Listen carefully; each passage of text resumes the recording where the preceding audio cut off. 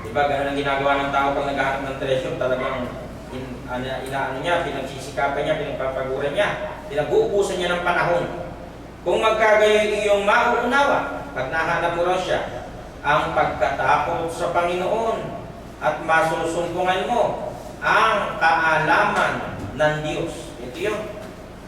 Knowledge of God.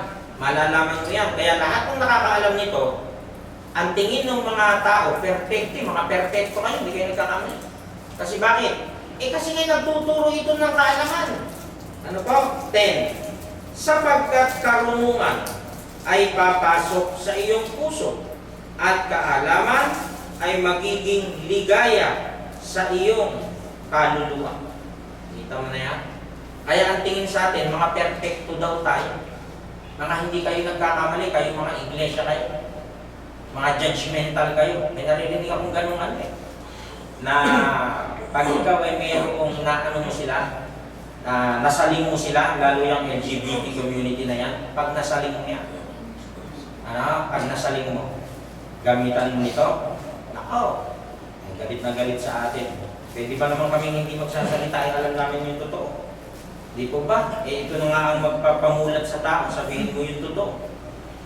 And you will find, knock and it will be open to you. Yan ang kahulugan po noon. Now Jesus explains that God is happy to give the disciples what they need. The man asked his friend for bread. He sought help to fulfill his responsibility to be hospitable to his guests, and he knocked on the door. Sapagkat ang lahat ng humihingi ay nakakatanggap. Sinisigurado ng Diyos yan, kasi siya yung Ama. Pag sinabing Ama, di ba yan ay provider? Ano po, nagpo-provide. Ganon din sa pamilya. Pag ikaw ay sinabing Ama, hindi ka pwedeng tatamad-tamad. Yung Ama kasi sumisimbolo yan sa ating mga Pilipino na haligi ng tahanan. Pag sinabing haligi ng tahanan, pader yan, matigas yan, pundasyon yan. Kung gusto mong igalang ka ng mga anak mo, magpakita ka ng isang magandang ehemplo bilang Ama. Sa ina, ganun din. Nagbibigay daw ng liwanag. Kung gusto mong igalang ka ng mga anak mo bilang isang mami o nanay o ano man ang tawag dyan, magpakita ka ng magandang halimbawa. Lalong-lalo na itong mga nagsisimba, mga linggo-linggong nakikita ng kanilang mga anak. Pag uwi naman sa bahay, mura ng mura si mami, si daddy. Ay, hindi na mahihikayat yung mga kabataan na yan. Ano po? Sapagkat ang lahat ng humihingi ay nakakatanggap. Ang naghahanap, nakakakita. Ang kumakatok, pinagbubuksan. Ganun ang Diyos. Ano po? Tayo ng mga makasalanan, kailangan lumapit. Pag nakalapit ka na, ituro mo rin ito sa iba, ipahayag mo rin para yung iba makalapit din, makahingi din sa Diyos. Ano po? For everyone who asks, receives, and he who seeks, finds, and to him who knocks, it will be open. Magbubukas ang Diyos ng opportunity. Magbubukas ang Diyos ng mga biyaya para sa iyo. Magbubukas ang Diyos, gagamit siya ng ibang tao para ikaw ay tulungan. Maraming pwedeng buksan ng Panginoon para sa iyo dahil ikaw ay isang mabuting lingkod. Kaya napakahalaga po yung nagsisimba. Saan natin ito maririnig? Aasa ka sa mga internet, kung mali. Napakahalaga yung umaatin ng ganitong pagsamba kasi nagigising tayo. Lalo na kung ang nagsasalita, matapang magsalita. Kasi hindi naman lahat ng nagsasalita matapang, may nakakaantok. Di ba ba? So ganun pa rin, kahit na nga gano'n, nagpapaalala pa rin yan sa bawat isa sa atin na huwag tayong malilibang sa buhay na ito, huwag tayong makakalimot sa Diyos. Kaya napakahalaga ng mga talata na yan. If Jesus' followers do the same to God, di ba gano'n? Lumapit yung lalaki doon sa kanyang kaibigan. Kung gano'n din daw yung gagawin ng tao kung siya lalapit sa Diyos, He will graciously meet our needs. This does not mean that God will automatically give us anything we want simply because we want it. Hindi agad-agad ibibigay. May mga palaisipan pa na, ay ito yung hiningi ko nung nung 2021. Ngayon lang nangyari. Di po ba gano'n? Hindi lang agad-agad Bakit? Hinihintay pa ng Diyos yan. If we ask, God will provide. If we knock, God will open the door. If we seek, He will allow us to find what we need. Napakahalaga nito. Ano po? Na lagi tayo nagpapaalam sa Diyos. Lagi tayo nagsasabi sa Kanya ng ating mga plano sa buhay, ano yung gagawin mo sa kinabukasan. Kasi pag ayaw ng Diyos, pwedeng mamaya mamatay ka. Pwedeng mamaya wala na, sira na lahat ng plano. Pag ayaw ng Diyos. Kaya mahalaga i-ano natin ito sa Kanya, sabihin. Huwag yung sa sarili natin. Ano po? Ask God in prayer. Answers to prayers and events happen on God's time, not ours.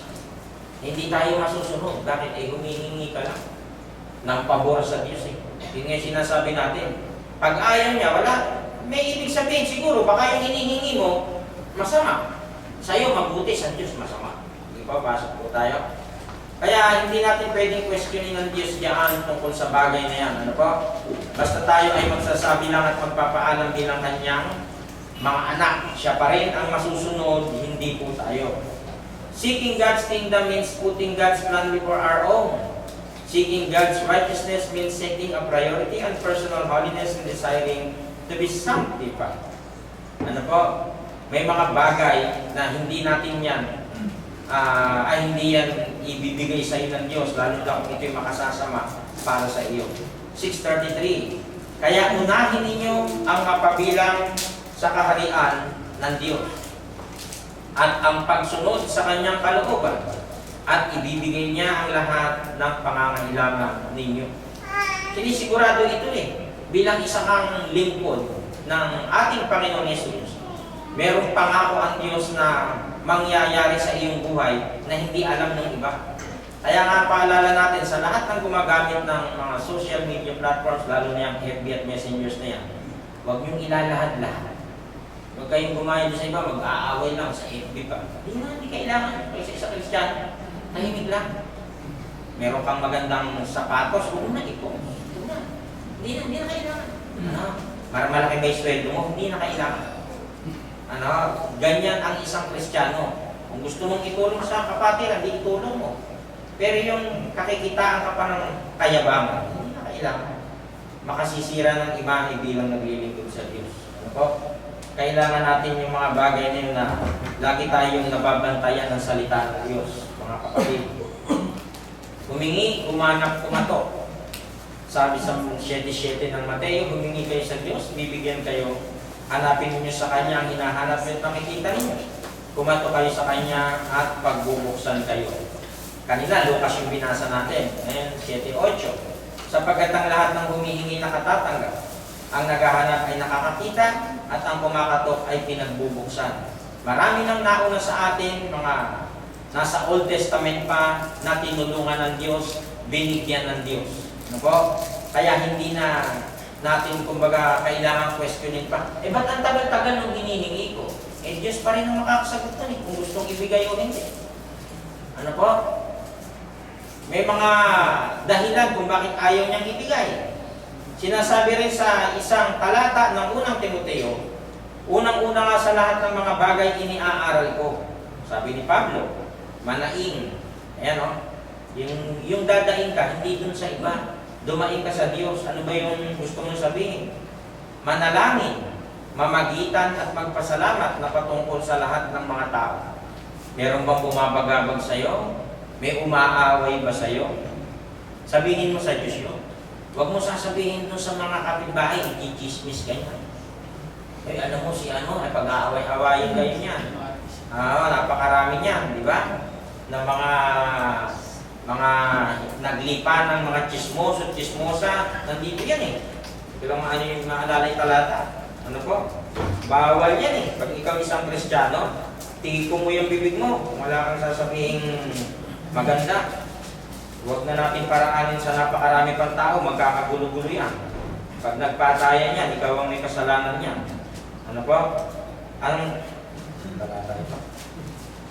Binabanggit yan yung tungkol dyan sa mga chismis na yan na hindi nararapat sa isang nagsisimba. Pangit tingnan. Ano ba yun?